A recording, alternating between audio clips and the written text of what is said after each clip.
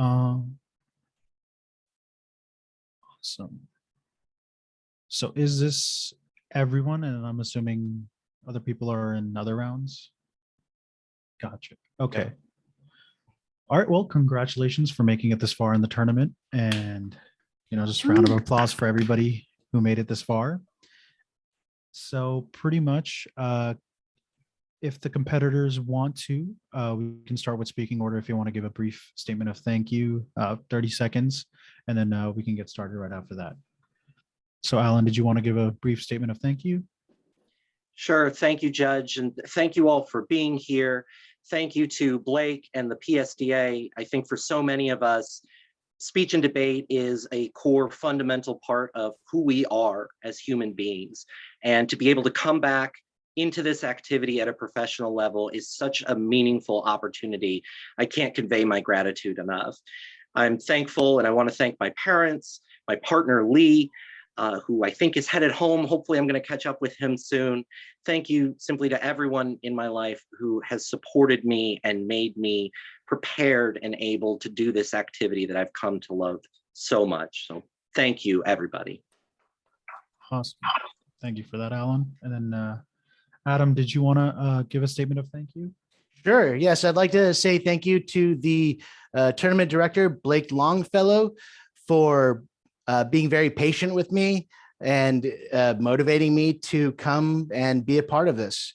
I'd also like to thank my fiance for listening to all my speeches last night and today to get ready. And I want to thank my first duo partner. Her name was Tassie Godinez. She recently passed away from COVID. And when I was getting ready for this tournament, I was making a inter book for a prop. And I remember that she was the first person to help me put my pieces inside my book. So thanks, Tassie. I miss you and love you. All right. Thank you for that, Adam. So with that being said, let's get the show on the road. So Alan, whenever you're ready, feel free to start. And do you want time signals or do you have a timer yourself? I'll be fine. Thank you, Judge. Okay. My name is Alan, and I'm an alcoholic lawyer. Specifically, I've been practicing law for 7 years. But as of today, I've been sober for 2 years, 6 months, and 12 days. It's no coincidence that I've been practicing law longer than I've been sober. According to a 2017 study by the Hazelden Betty Ford Foundation, 36.4% of lawyers surveyed had scores consistent with problem drinking, more than twice the national rate. But as described in a 2018 booklet published by Alcoholics Anonymous, or AA, alcoholism is a disease that is no respecter of age, sex, creed, race, wealth, occupation, or education. Anyone can be an alcoholic. So as both a lawyer and someone who regularly attends AA meetings as part of his recovery, I often find myself at a crossroads when it comes to confidentiality. On the one hand, one of the A's in AA stands for anonymous. And as described in a 1996 article in St. John's Law Review, a reminder is usually either displayed or read aloud at most AA meetings that what you see here, what you hear here, when you leave here, let it stay here. But on the other hand, back when I was representing clients in private practice, the confidentiality of communications between me and my clients was protected by law. So the question becomes, to what extent are statements made in a setting like an AA meeting privileged under the law? Despite the importance of keeping things said in such a setting confidential, the answer is that the law does not extend such protection.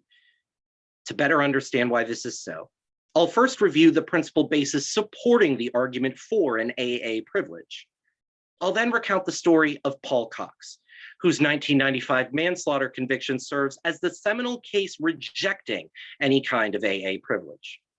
I'll finally offer some suggestions for how those in recovery can get the help that they need while still protecting themselves as best as possible.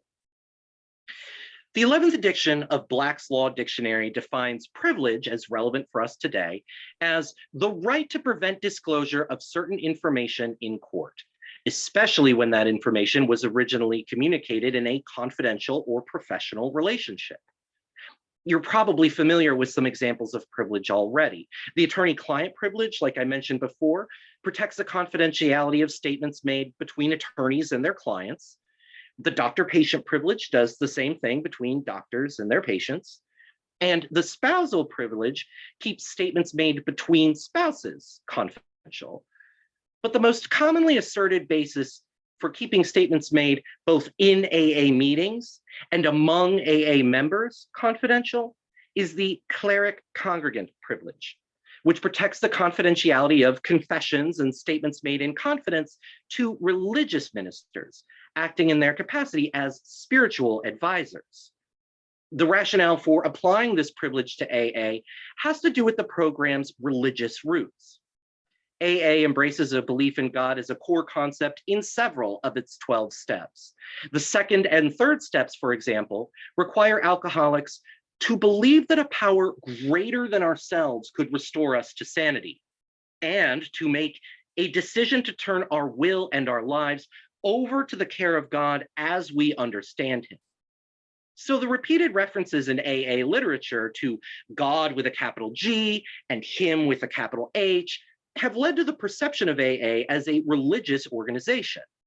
In matter of Griffin versus Coughlin, the New York State Court of Appeals, that state's highest court, held that requiring a prisoner to participate in an alcohol and substance abuse treatment program, which adopts in major part the religious-oriented practices and precepts of Alcoholics Anonymous, violated that prisoner's First Amendment rights. At the same time, however, the ideas of an ambiguous higher power and God as we understand him are crucial parts of AA's belief structure because they aim to apply the program to those without religious inclinations.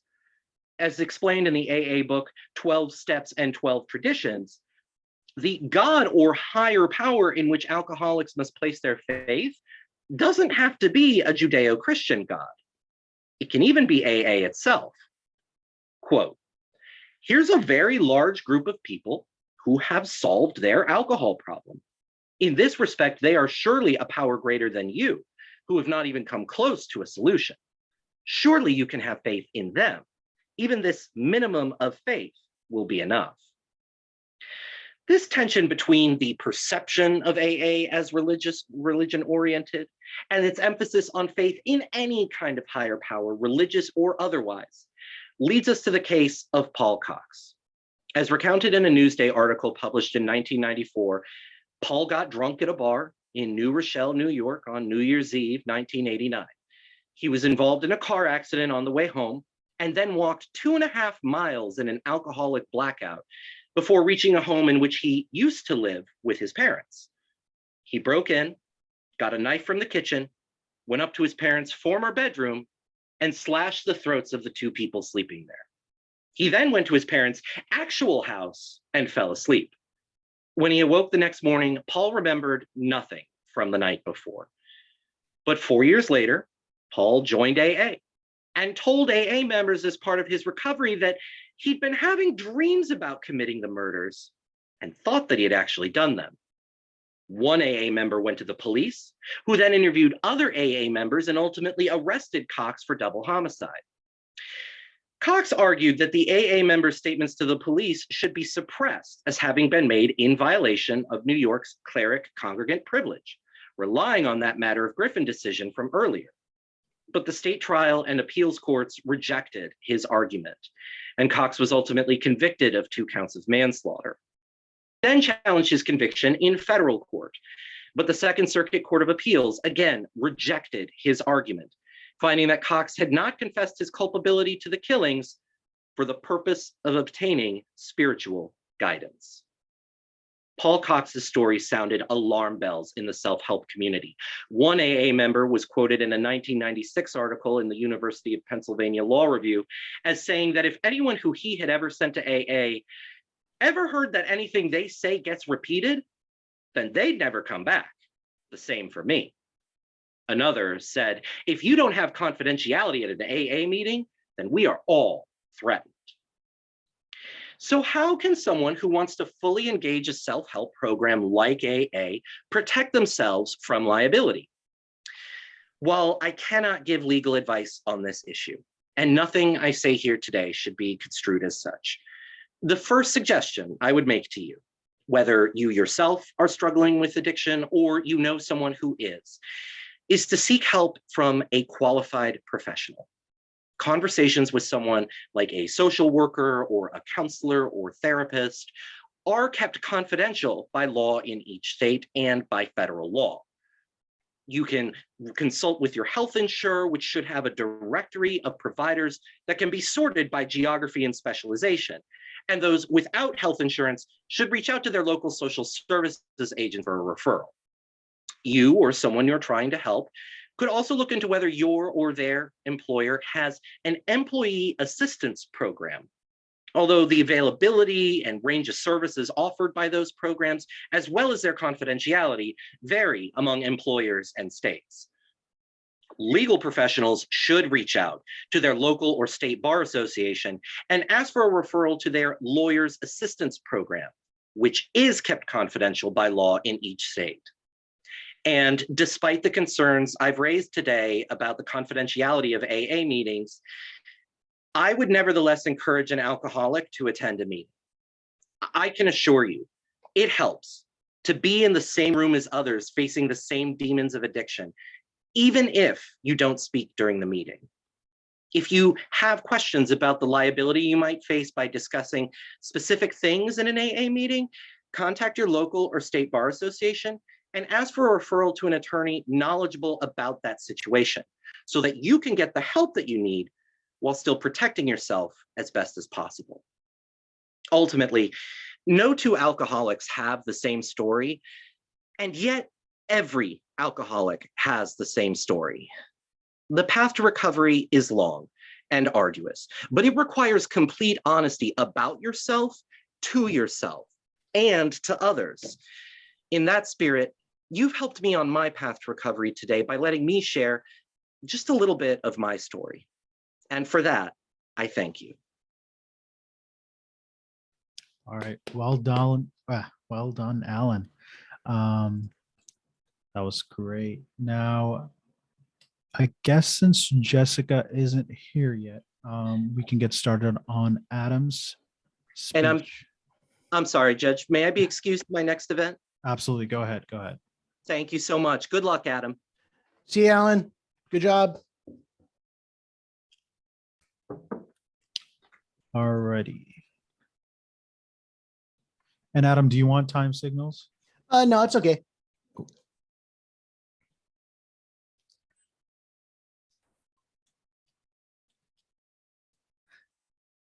Just let me know when y'all are ready. Give me 1 second.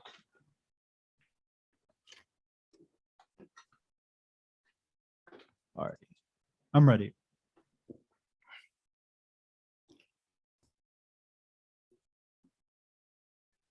It's alive! With these words, Dr. Victor von Frankenstein declared success in brain transfusion. He's been the freakiest doctor in science ever since. And that is, of course, until now. Electronic Times Weekly reports that a scientist in Florida has successfully created a living, thinking brain that was grown inside of a petri dish. He calls it brain in a dish. And did I mention that brain in a dish flew an F-22 fighter jet? Yeah.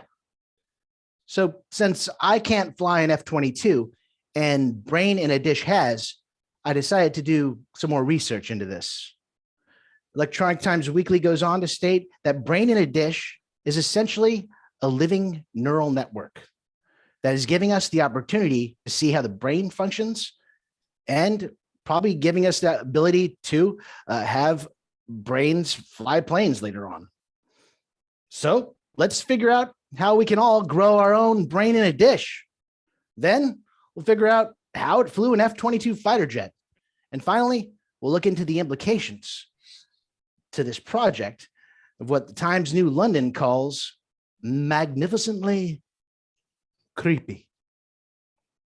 Now, the phrase brain in a dish conjures images of a mad scientist toiling away in his laboratory. But in reality, he's just a normal mad scientist. His name is Dr. Thomas DeMarce, a scientist from the University of Florida with a PhD, a wife, 2 kids, and unlimited access to rat brains. So let's figure out how DeMarce cultivated this thing and then talk about how it's able to work. Electronic Times Weekly points out the process. DeMarce took 25,000 brain cells from the hippocampus and motor cortex of a mature rat brain. He then put the brain cells into a petri dish on top of a microchip. At first, the brain cells look like little grains of sand sprinkled in water, but in a time-lapse video submitted to Electronic Times Weekly, you can see that over time, these brain cells began to reach out to each other. And eventually, they connected, creating a living neural network.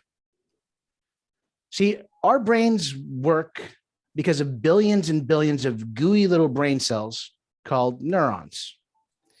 Brain in a dish has a couple thousands of these, but they both work the same way. Neurons create electrochemical energy, and they do this through a cycle of negative and positive potassium and sodium ions. When neurons cycle these ions, they create electrochemical energy inside them. And that energy builds up until there's too much of it, and it shoots out into another neuron, and then into another neuron, and then to another neuron in a chain-like fashion. This is thought.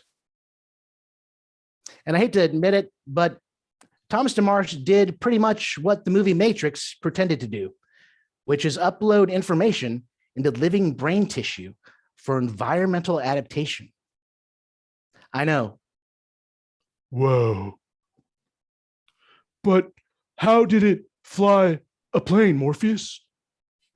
Well, it didn't actually fly an F-22 fighter jet, but it did steer an F-22 fighter jet simulator. So let's talk about how it got connected and then why it's able to work.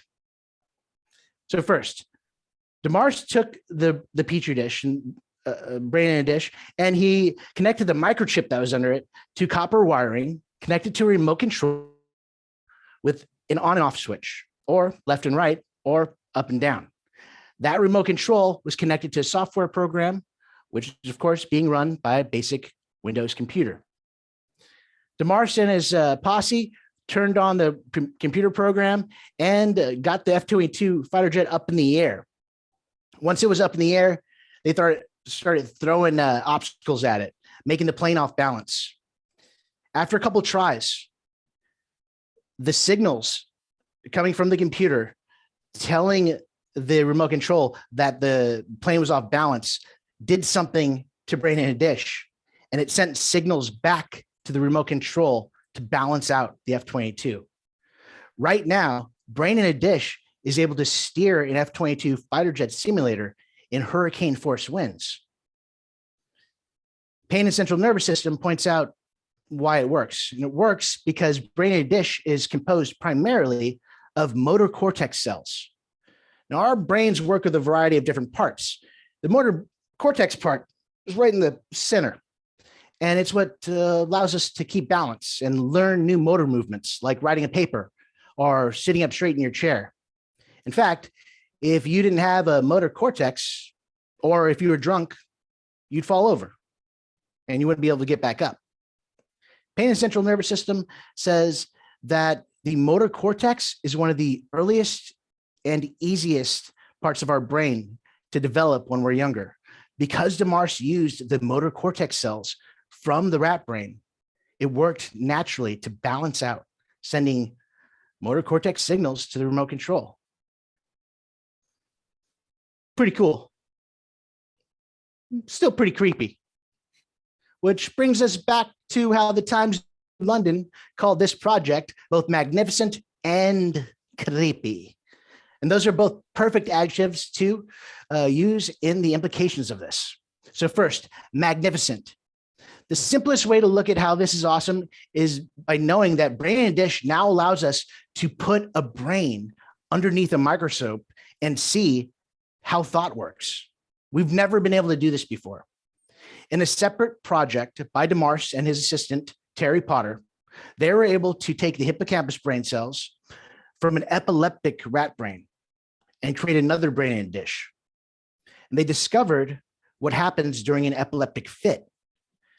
They found out that during a seizure, neurons all shoot off their electrochemical energy at the same time, instead of like in a chain-like process, like I was talking about earlier. So with so many neurological diseases going on, Brain in a Dish is actually creating hope for a lot of doctors and patients. Still, we think about our brains, we know they're more complex because we have emotions, we have thoughts, and we have ethics, which brings us to the second part of the implications and how this is kind of creepy. DeMarce was just granted $500,000 to continue his research. But what's to stop somebody else from taking human brain cells and creating a human neural network, Brain in a Dish? Could be pretty scary. Another fun thing to think about is right now there's this theory that's pretty popular on YouTube, and it's called the simulation theory, which says that we're all actually just living in a computer simulation. Brain in a Dish essentially is proven that this actually could be real. I think we're all one step closer to seeing brains take over the world. So today, we went over what Brain in a Dish is. I taught you how you can build your own, how it flew an F-22 fighter jet, and finally, we talked about some of the implications. This is my professional public address on Brain in a Dish, but it's also the plot to a story that Mary Shelley wrote over 100 years ago. Now it's up for scientists and all of us to figure out whether or not this is going to be the next scientific revolution or a monster. All right, thank you, Adam.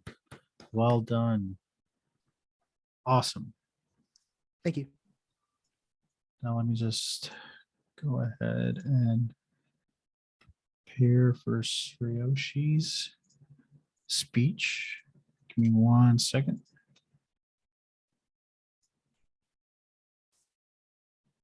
So since Jessica is not here yet, she's probably in her other event.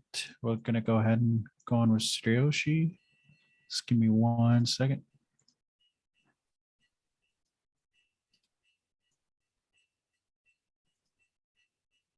All right.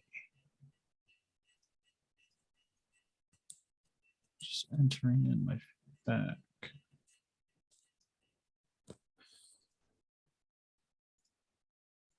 Okay, Sriyoshi, whenever you're ready. Yeah, I'm ready. I can just start it now. Sure. Okay. Hello, my name is Shreyoshi Bose, and today I'll be speaking on the topic, the future of masculinity, overcoming stereotypes. What is the biggest challenge that men face today? Some people might think men have challenges. Others might think men are actually a challenge. But on a serious note, the answer to this question for some is it's being able to develop a deep sense of emotional intelligence, while for others, it's being able to really understand racial and gender inequality.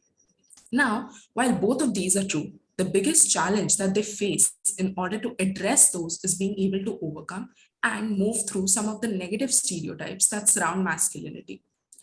What can we do to overcome these stereotypes? First, we need to understand what they are and why they matter. Talking about masculinity, we see how our society has a fixed belief about how men should be and what features they should possess. At a very young age, men are taught that the highest value as a man is their ability to dominate, to control, and to succeed at all costs. Your status as a young man is very much dependent on how you could make other men afraid of you. They are being taught that emotional and creative expression is not what a real man does. It's like there are certain rules assigned to them. For example, real men don't cry, real men don't express emotions openly unless it's an anger and aggression.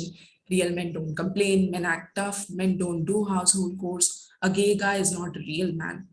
You need to avoid things that resembles being a woman. Young boys and men who are trying to live in this macho stereotype put masculine qualities and masculine traits on a pedestal and diminish anything that's associated with the feminine things like community. They end up idealizing and worshipping and putting on a pedestal this idea that we need to be a lone wolf in order to figure everything out, in order to be a real man. Today, more than half of the men would agree that the messages they receive about how to be a man supports all these negative stereotypes. It has a negative impact on most men today, and this is what has created the mask of masculinity. They are taught that if you get hit or get hurt, you better hit back or you better hurt back twice as hard. Accepting emotions, even positive ones, is still felt like a weakness for men themselves and society as a whole. That male identity potentially becomes a barrier for them to understand and accept their emotions. There are means by which we are trying to turn the tide of stereotypical masculinity, but the bigger question is how much is working? Although we increase awareness and run campaigns to encourage men to talk about their mental health, but we as a society still view them through the lens of masculine norms. We expect them to be the predator, the fixer, the autonomous one, and men expect of themselves as well. This has its root in stark contradictions across society. For on the one hand, we proclaim that we are in a new age of accepting vulnerability against men, but with the other hand, we still expect men to adhere to those masculine norms. Now, these masks have an impact. They have consequences, and the consequences are very real. Suicides, antisocial behavior, violent crime, and spousal abuse are the most common results of these stereotypes. Men more often perpetrate acts of physical violence. They are viewed as an irrational, potentially violent man. It has also increased the perception of women that men are dangerous to be feared. But it's also true that most boys and men are not physically violent and are just trying to get through life as good, decent human beings. In the coming years, the most likely cause of death for men is going to be, I'll do it myself. WHO in the year 2016 released a study that men are 4 times more likely to commit suicide than women. Researchers in the UK in that study found out that 50% of men over the age of 25 commit suicide. Globally, death by suicide occurred about 1.8 times more often among males than among females in 2008 and 1.7 times in 2015. This data clearly shows that the very belief that men should figure out their personal problems without asking for help makes them so isolated and depressed that they find no one to talk to. Even if they think of talking about it, they are reminded not to run away and deal with it like a man. They struggle to know what being a man is meant, what their identity is, what is expected of them. This is the single best factor to men's mental health issues and male suicide. The fear is that we have given man as a whole an identity that says they are predators, and that this predatory identity makes it really hard for men to come forward for those mental health difficulties and actually ask for the help that they need. Society needs to overcome all these stereotypes that have so much negative impact on the mental health of men. We should teach boys and young men that asking for help is a sign of strength. Tough men show their vulnerabilities. Authentic men are attractive. Domestic chores are not defined by gender. Gender identity is independent of biological sex. Lasting relationships are the most fulfilling. Benevolence and collaboration trump aggression and control. We should teach boys that doing ballet and playing with dolls is as okay as playing sports. Men need to reconnect with those who want to have real conversation, the ones that go beyond the bruise and the blood sports. They need to talk about the times they struggled most. They need to feel free to tell other men that they are glad to have them in their lives. Men have to learn that if they argue with a woman, they don't have to raise their voice or raise their hand. Changing these things also doesn't have to be complicated. We don't need men to change radically. It's just another skill that they can learn and can apply in the right situation. It's time for men to no longer be constrained and restricted by societal expectations and demands that don't look favorable. We need to bring local changes. Only then can we spread the influence out properly into the broader community. We need to manifest courageous faith in the men that are close to us in our life. Positive relationship needs to be established in every kind of relationship that involves men. Father should be the type of man that they would love to see their daughters marry, and the type that their sons deserve to be raised by. So we can stop being part of the solution, stop being part of the problem, and start being part of the solution. Social changes are required for this massive organized movement, but most importantly, it requires each one of us to make one small change in our lives to get people to respond in a different way, to put down this mask. If we turn off the nightly news and sometimes our news feeds and our social media sites and just look around us, we are going to see a lot more of that happening than we know. And by recognizing it and seeing it, we can start to make small cultural shifts where people learn that it's not going to be judged negatively.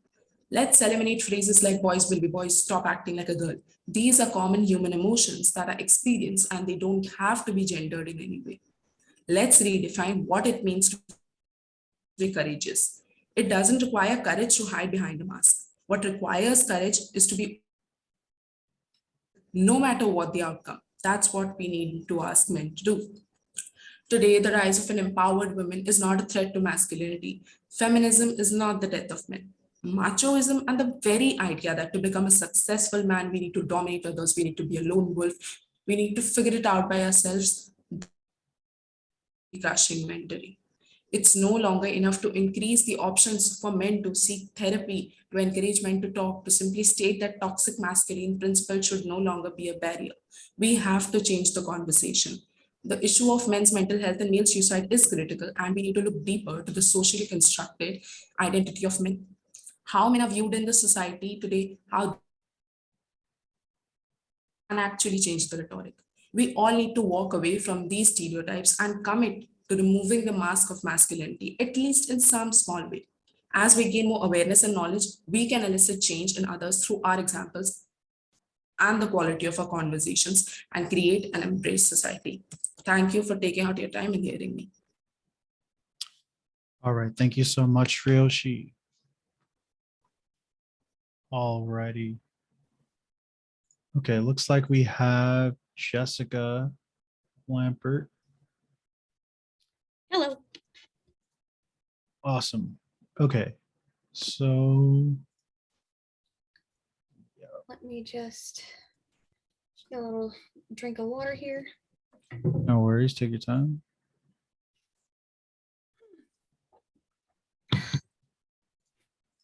And whenever you're ready. Okay, thank you.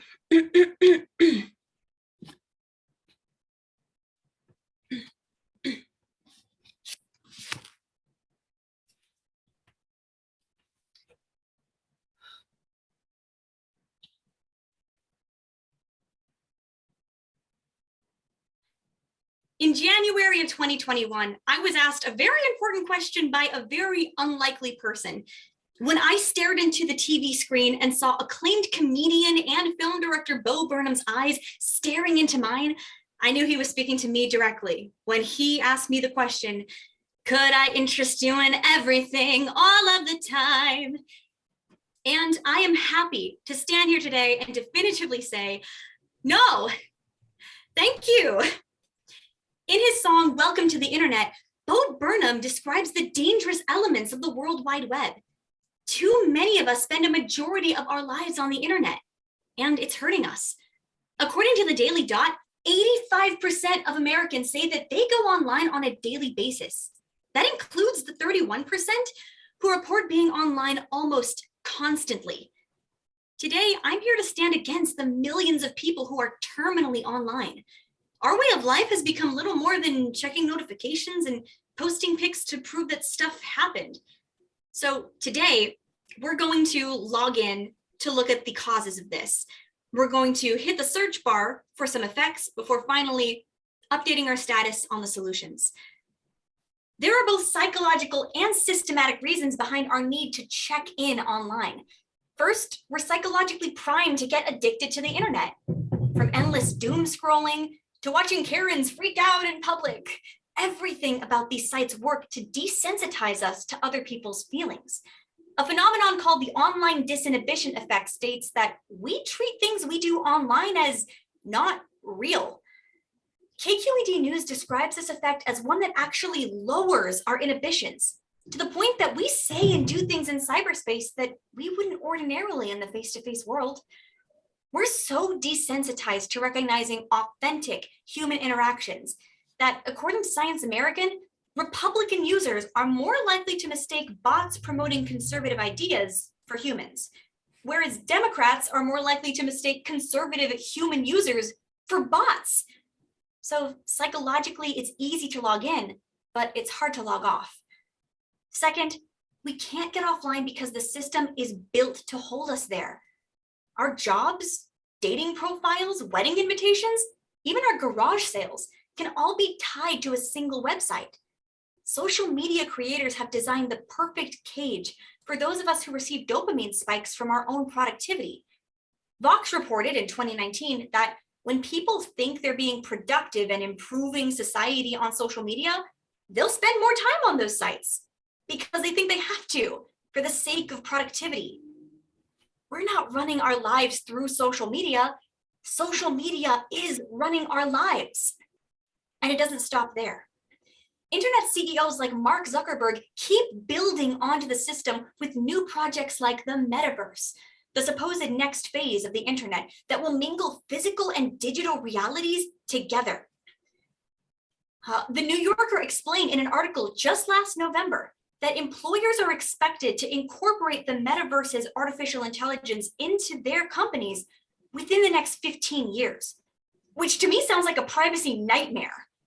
This is some real Black Mirror shit. And as long as it keeps making money, it'll continue to grow and expand until virtual reality becomes our only reality, until we end up online indefinitely. Now you might be thinking, it can't be that bad. It's just a little screen time. Well, like Bo Burnham says, apathy is a tragedy and boredom is a crime. So what's the harm in having a little bit of fun online? In fact, there are two harms: mass addiction and misinformation. It's no secret. Our society is addicted to the internet. We're constantly comparing ourselves to others online. So we post more and more in order to keep up this image of a life that's only perfect in pictures. Jerome Lanier, a founder of major social media sites, wrote a book entitled 10 Arguments for Deleting Your Social Media Accounts Right Now. He argues that we have a social responsibility to stop feeding the social media beasts because we're losing our abilities to interact with the real world. Our attention spans have been whittled down to 59 seconds. Our ability to separate our real lives from the ones we portray online are deteriorating. If we can quit social media, but don't, then we are part of the problem. But second, misinformation travels through all social media sites virtually unchecked. According to Brandwatch, there are 2.38 billion monthly active users on Facebook. That's just one website. The amount of information going in and out is staggering, and not all of it can be filtered for factual content due to information overload. That's not a coincidence. These sites thrive off of our cognitive biases to create this constant revolving door of discourse. We prefer information from sources we trust and the people we trust. This leads to a minefield of misinformation that's spread through fake news sources and people, like my mother, who get their news from the memes that their friends post. I thought that it was my job to stop all of that. At the start of 2020, I, like millions of others, was encouraged to stay inside and do my part to help stop the spread of COVID-19. I listened to people call it a hoax the same day a friend of mine passed away in his nursing home. He was only 59. I angrily flooded conspiracy theory forums. I got into fights with strangers and family online. I dished out pages of medical evidence on why they should just wear the stupid mask. I was online for 8 hours a day, watching, researching, and just trying to prove people wrong. I became more angry and depressed than I had ever been. But I needed to be part of the discourse, right? Because I was addicted to the feeling of knowing what was going on at all times. When my depression hit its lowest, I went AFK. I uninstalled every social media app off my phone. I deleted their passwords off of my computer. And I experienced sweet social silence for the first time in, I couldn't remember when. Now, I am not saying that everything about the internet is bad. It has its uses, like providing research, sharing art, and allowing socially distanced speech tournaments to happen. A lot of it is pretty terrible, though. I was able to pull myself away from the blinding light emanating off the cracked screen of my 4-year-old Android's phone. And I know you can too. Here's a simple 2-step solution to our worldwide webidemic. Step 1, stop. Okay, I'll elaborate on that. The time we spend engaging in these online interactions with strangers is time not spent engaging in personal interactions.